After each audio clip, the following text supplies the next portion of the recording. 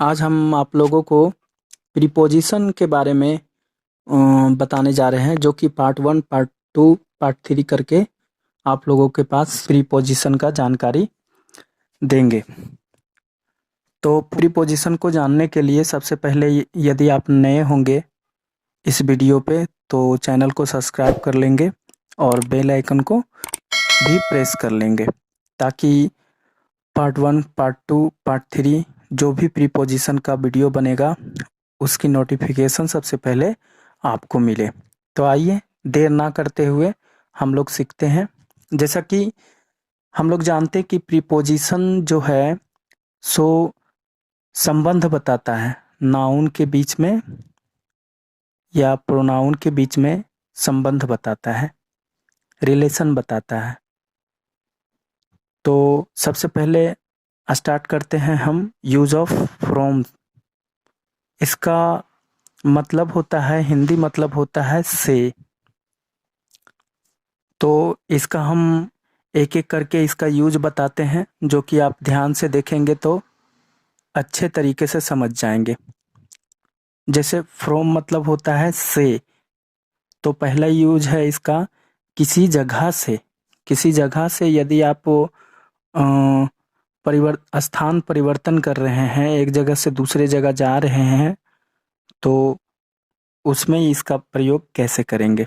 देखिए, कहता है मैं दिल्ली से आ रहा हूँ, तो इसको इंग्लिश में बोलेंगे I am coming from Delhi. Next, way park से आए, दे केम फ्रॉम पार्क। हम पटना से हैं, वी आर फ्रॉम पटना। दूसरा यूज को देखेंगे, किसी समय से इसका संबंध कैसे है।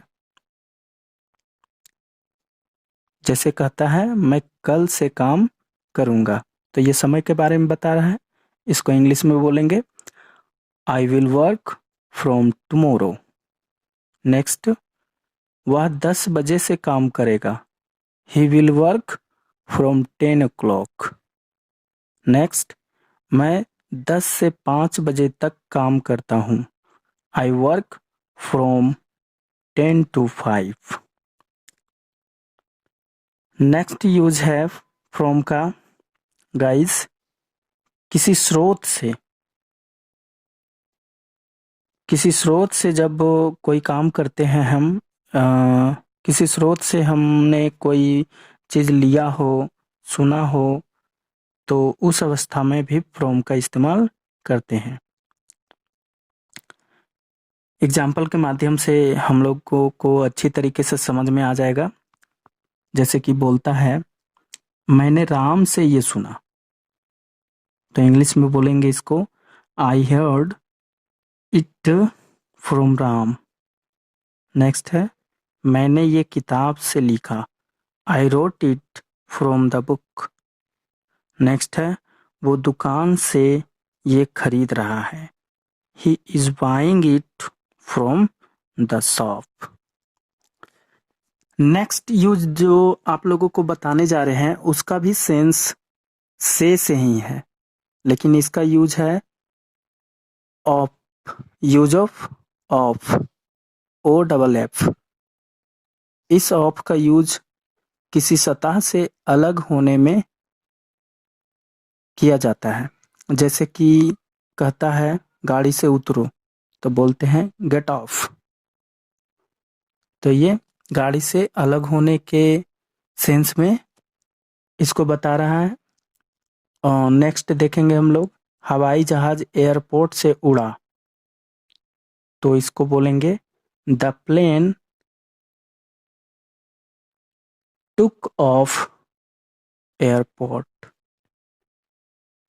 नेक्स्ट एग्जाम्पल देखेंगे हम लोग, मैं मोबाइल को बिस्तर से उठाया, मैंने मोबाइल को बिस्तर से उठाया, तो इसको इंग्लिश में बोलेंगे I picked the mobile of the bed.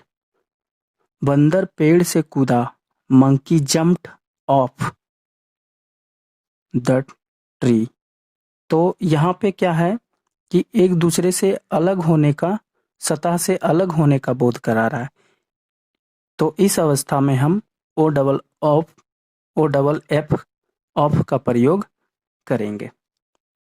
Next है एग्जाम्पल, टेबल से कप हटा दो, move the cup off the table. पत्ते पेड़ से गिर रहे हैं, leaves are falling off the tree. वह बस से उतर रहा है, he is getting off the bus. Next use sense का आप लोगों को बताने जा रहे हैं, जिसमें इसका भी 2-3 यूज है। इसका भी सेंस से ही है। सिंस का मतलब यहाँ पे से होता है, लेकिन इसका यूज कहाँ कहाँ करेंगे सो देखेंगे बढ़िया से, केयरफुली देखेंगे तो आप लोगों को बढ़िया से समझ में आ जाएगा।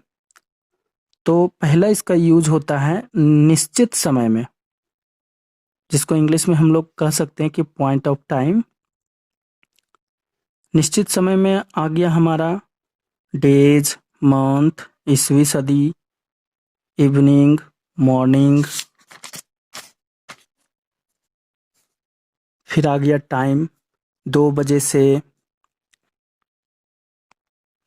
से 1998 से, रविवार से, सुबह से, कल से, बचपन से, उस दिन से। तो इस प्रकार के यूज में हम लोग इसका प्रयोग कर सकते हैं। और इसको हम इंग्लिश में इस प्रकार से भी कह सकते हैं, जैसे कहेंगे कि 2 बजे से, तो सिंस तो 2 AM या PM 1998 से, सिंस 1998।